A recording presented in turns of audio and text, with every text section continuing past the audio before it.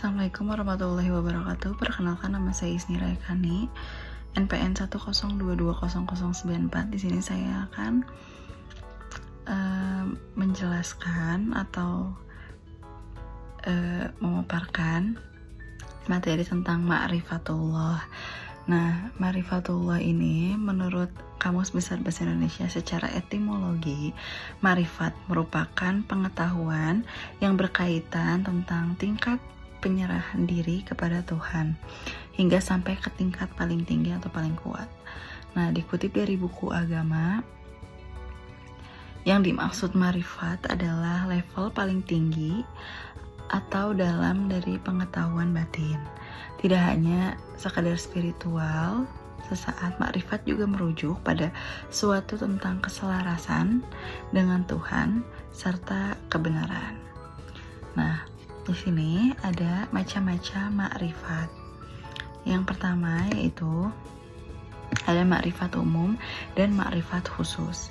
Nah, ma'rifat umum yaitu sesuatu yang wajib dimiliki mukallaf, yaitu dengan mengetahui kebenaran Allah dari segala sesuatu yang tidak sesuai dengannya dan mengakui segala sifat yang telah ditetapkannya. Kemudian yang kedua ada ma'rifat khusus. Apa itu ma'rifat khusus? Nah, ma'rifat khusus merupakan kondisi menyadari bahwa tidak ada yang bisa mengetahui hakikat wujud Allah kecuali Allah Subhanahu wa Ta'ala sendiri. Dalam hal ini, puncak pengetahuan seseorang akan sampai pada suatu kesadaran kalau akan sangat mustahil untuk mencapai ma'rifat yang hakiki. Adapun ciri-ciri orang yang ma'rifat, yang pertama yaitu mempunyai akhlak yang baik. Kemudian yang kedua, mampu merasakan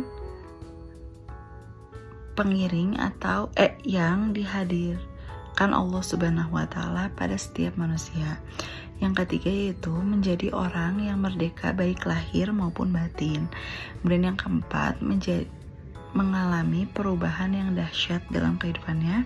Yang terakhir yaitu menjadi hamba yang senantiasa optimis, aktif, dan progresif. Nah, adapun cara-cara untuk mencapai ma'rifat. Dalam Al-Quran, Allah Subhanahu wa Ta'ala sejatinya telah membimbing kita manusia untuk mencapai ma'rifat. Yang pertama yaitu memohon kepada Allah Subhanahu wa Ta'ala. Untuk mencapai ma'rifat, kita perlu memohon kepada Allah Subhanahu wa Ta'ala agar berkenan menjadikan kita untuk mengenalnya dengan lebih dalam dan sebenar-benarnya, sebagaimana dalam pencarian Nabi Ibrahim yang menemukan ma'rifat tertinggi kepada Allah Subhanahu wa Ta'ala. Buah hamba yang bisa mencapai ma'rifat tertinggi yaitu pelaksanaan syariat dalam bentuk takirat hidup yang menjadikannya disebut sebagai kekasih Allah. Kemudian yang kedua yaitu gemar dan gigih mencari ilmu.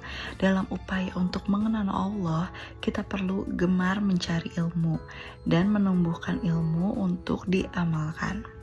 Nah, memuliakan untuk mencari tahu dan mempelajari sesuatu apa yang dilarang dan dibenci Allah dan apa yang dicintainya. Allah Subhanahu wa Ta'ala juga menganjurkan hambanya untuk menanyakan dan belajar sesuatu dari ahlinya. Kemudian yang ketiga yaitu jangan sombong dan jangan berbohong. Nah, bentuk dari kesombongan di sini yaitu ketika kita meremehkan orang lain dan menolak akan kebenaran.